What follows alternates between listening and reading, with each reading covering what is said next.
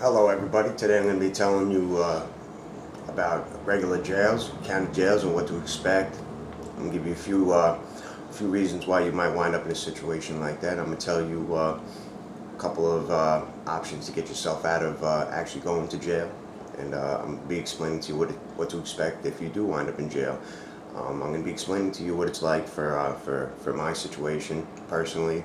I'm from Long Island, New York, and I'm going to be telling you what it's going to be like if you go to the jails that you would go to in my area, which are currently Riverhead Jail and Yaphank Jail. They're both my county jails, and yeah. So, and as you're watching this, if this video helps you, or if you feel this might help somebody else, please share it. Subscribe to. You would be helping me a lot if you subscribe to this, and leave any comments below. If you have any comments or questions, I will respond to everybody, because right now I'm super small and I can do that. So all right, let's begin. There's a few ways you can wind up getting into jail, and obviously the biggest one would be getting arrested. You know, whether it be drinking and driving, robberies, burglaries, drugs. You can get arrested, and there's other reasons why you might wind up in jail. Other ones is if you violate probation, like if you were sentenced to probation from a prior conviction. If you violate your probation, you're going to go to jail. Or parole. You know, if you violate your parole, you're definitely going to go to jail. You're going to eventually go back upstate to prison, but you'll be going to jail for a little while. And the other one is child support. If you don't pay child support, you can be considered a deadbeat dad, deadbeat father, and you'll wind up in jail, I believe, for like 6 months. And there's no good time. You do your whole time there. Okay, so we'll take it from the point of where you get arrested. You get anything, drinking and driving, we'll just say. All right, you get pulled over, you're drunk, you blow numbers, and they arrest you. You'll be put into a squad car, and you'll be brought to your precinct first. And when you get to the precinct, you might be interrogated if it's a crime that that wasn't drinking and driving. Let's say burglary. They want you to admit that you did the crime, or help them to get any more info to make other arrests with that crime. And you got the option. You could talk to them, or you could refuse to talk to them. You can ask for a lawyer. From my experience in my area, they're not going to give you a lawyer unless, I guess, maybe if it's a murder charge, and they're just going to lock you in the cell overnight. And the next morning, you'll go to your local court. You'll go to the county court. It's really a district court, actually, because county court, where I'm from, is after you get indicted, you go to the county court. So you'll go to your district court. Then you'll get arraigned for your charge. You'll show up. You'll be issued a legal aid if you don't have an attorney at the moment, and if you have an attorney at the moment, your attorney will show up. You'll go and get arraigned, and a bail will be set on you if you're not ROR. ROR means released on your own recognizance, which means you're getting released until your next court date with no bail. So it's the honor system. They're expecting you to show up on your own, and the other ways, like I said, if they set a bail on you, whether it be $1,000, $5,000, $10,000, 1.4 million, whatever, and once a bail is set on you, you usually have the option of cash bail or a bond. If it's a bond, you'll have to pay the bail bondsman a certain percentage. You won't get that back. That's his fee. He'll put up the rest, and you'll have to show up to court. If you make the cash, the cash amount is less usually than what the bond would be. You pay the cash bail, and they release you. And when you're done with your court stuff, whoever put that cash bail up for you, they would get it back minus a percent. And so that'll be that. So after you get arraigned, and let's say you get no bail, or if you do get a bail and you can't post it, whatever the case may be, you're going to stay in that court, in the court building with everybody else till everybody's done for the day with the court stuff. And the sheriffs, it's not correctional officers, don't call them COs, because if you call the sheriff COs, they're going to want to put hands and feet on you. So make sure you call them, don't even talk to them, but if you do have to talk to them, call them sheriff, but or Deb, call them Debs, deputy sheriffs. They like to be called Debs. So they'll wind up shackling you up with everybody else that couldn't make bail, or just was going for a court case and is going back to their to their respective jail. You'll get shackled up to them, and you'll go on a big bus. You know, usually smells horribly because most of these people, you know, a lot of them don't like to shower. They're scared of the water, you know, and or they don't just handle their hygiene. A lot of the people are running the streets, boosting to support their drug habit. So they might have been running the streets for a good 2 months straight, you know, whether not getting a chance to take a shower or change their clothes. So, you know, it smells, you know, so expect that. You'll go to the jail. I'll use Riverhead. Riverhead is where you're gonna mostly go first anyway. You go to the jail, you know, you wait in these little cells with everybody else. You know, they search you, they uncuff you, unshackle you, they put you in another room. They find out what size clothes you wear, you know, small, medium, large, extra large, 5X, whatever, and they'll issue your greens. You know, it's your jail uniform. And, you know, you change clothes there, you give them the clothes that you were wearing at the time. And, you know, they'll give you another pair, you know, and from there you go and they'll interview you, get your personal information, addresses, you know, date of birth, anything, you know. And from there you'll go to actual classification, you know, area where they'll take your picture, they'll fingerprint you, and then they'll house you. They'll tell you a location. Now, there's two type of areas you'll go to in Riverhead. It'll be the pods, or you'll go to the floors. The floors are the older part of the jail. The pods are the newer part of the jail. And the floors is worse. You kind of want to go to the pods. You know, the floors. Well, some people like the floors better. I don't. You're packed in like sardines. It's basically just one long hallway, like you'd see on the movies, you know, with nothing but just straight cell blocks go all the way down, and you got just enough room to walk up and down the hallway. That's it, and your cell. So people are basically rubbing shoulders, walking by. You know, you got to eat in that hall. You can eat in your cell, but you got to eat in that little day area on the tables there, and everybody's right on top of each other, you know, and that's one place you'll go. There's usually 2 TVs, and it's loud. You know, people slamming cards, dominoes, screaming and yelling, working out, you know, fighting, whatever it is, you know. That usually happens there. And then the other area is the pods. The pods are a little better. It's like a big dorm with cells along the walls. There's a first floor and a second floor, and there's stairs that go up to, you know, the top floor. And then, you know, you have the bottom floor with the cells. And it's not bars, it's actual doors, and there's a bunch of tables, 2 flat screen TVs on either side. There's a pull-up bar so you can work out, you can do pull-ups, push-ups, dips. You know, it's a lot more room. You're not on top of each other there. You know, it's a little more comfortable living, if you ask me. You know, because you got the opportunity to isolate yourself. If you want to isolate yourself, it's not as loud. You know, and you got the phones. You got the phones in the floors too. There's two phones.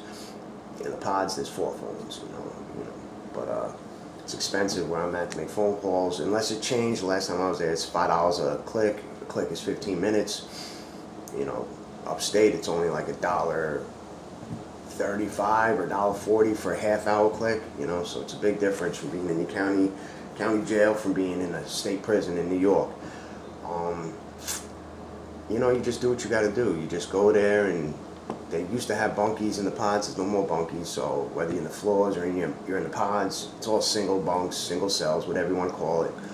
And you just do your time, man. You know, when you go there, if you're sitting there going there and you want to be on your rah-rah shit and you want to act like you're tough, you know, you might get over. You know, you might pull it off. You know, God bless you if you do. But you know, there's always someone tougher than you. You know, no matter how tough you are, there's always that one person tougher than you. You know, and a lot of times people will see you, you know, you're trying to put the spotlight on yourself, and 1, 2, 3, 5, 8 people might try to check you, you know, and you're gonna have to fight. You know, for me, I feel it's just easier to just do you know what I mean? Just do you.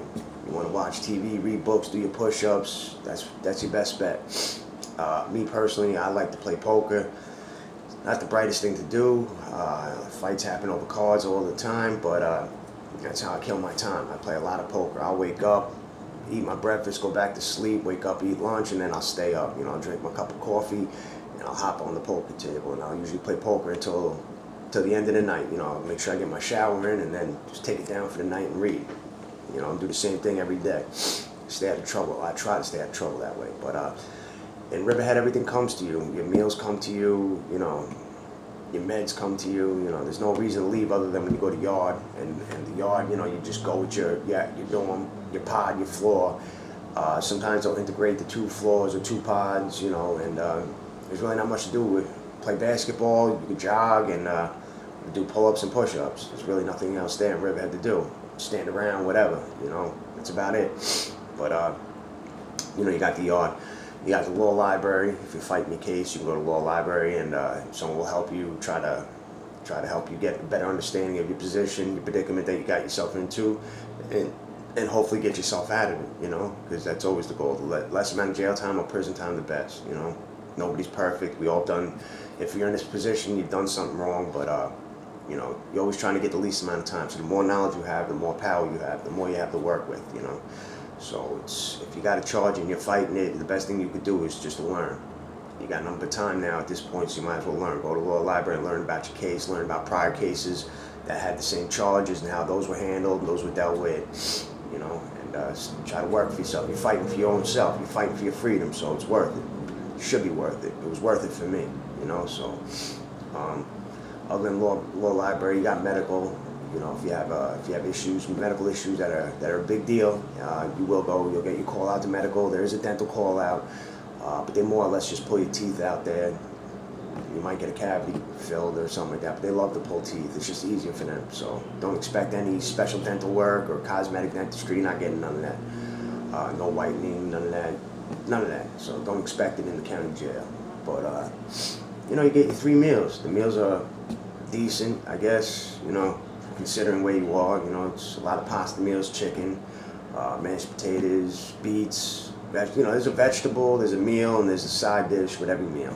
You know, whether it be a chicken with some mashed potatoes and some string beans, you'll get your meal. You get milk with every meal, 1 or 2 milks, I forget. It's been a while since I was in the county jail. I just came home, I just did 6 years, but that was all upstate. You know, so I haven't been in the county jail for 6 years. I don't plan on ever going back, but it's been like that for a long time, so I don't see why I would have changed.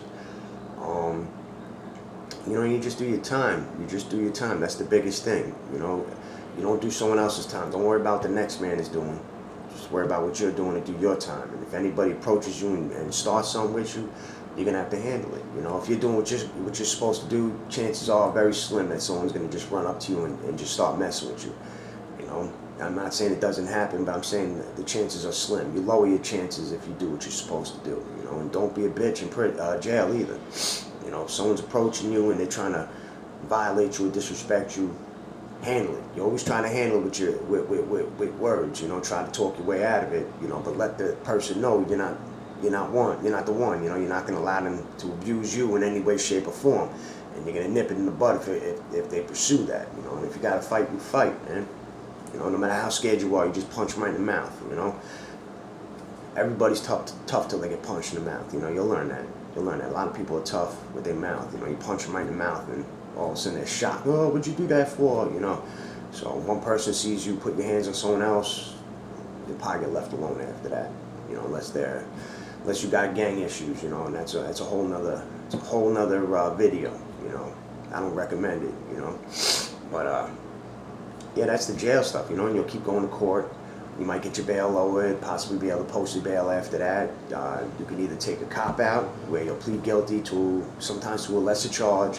They'll give you a good deal, considering that you did break the law and you're admitting to it. Or you could tell them, no, I'm not taking nothing, and you're pleading not guilty, and you're bringing it to trial. You want to go to trial. If you blow trial, you can get the max for the charge. And if you blow trial, they don't give you the max. They're still going to give you more than what you would have gotten on the cop out, because it costs the state a lot of money to go to trial. Or you might beat it. If you win trial and you get found not guilty, you go home. You know, you get to go home, and sometimes you even get to sue for them keeping you locked up for that time. You know, so that's always a plus. You know, but the best way to avoid all that is just not to break the law. You know, and I'm telling you from experience. I've been getting arrested since I was 13 years old. I'm 38, and I just came home 2 months ago from doing 6 years. But from April 2009 until August 2018, I've only been free for 5 months, and that was in 2012. Other than that, it was just a straight run. It's not a good look. You know, you waste your life by getting locked up, and that's why I'm making these videos. I'm trying to school people and let them know it's a waste of life. You know, you become a waste of space if you live a lifestyle where you just keep winding up in jail, prisons, or rehabs. You know, and that's pretty much it about the county jails.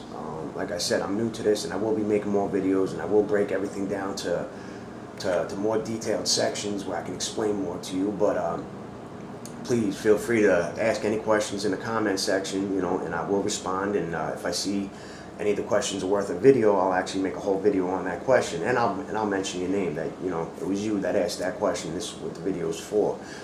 But I can use the subscribers, so please subscribe and like the video, share it, you know, because I'm just trying to help people out, you know, and by you doing that, you're going to be helping people yourself. So that's it, you know. Like I said, try to stay out of trouble. That's your best defense. A good lawyer is a good defense, but not breaking the law at all, that's the best defense. So I hope you enjoyed the video.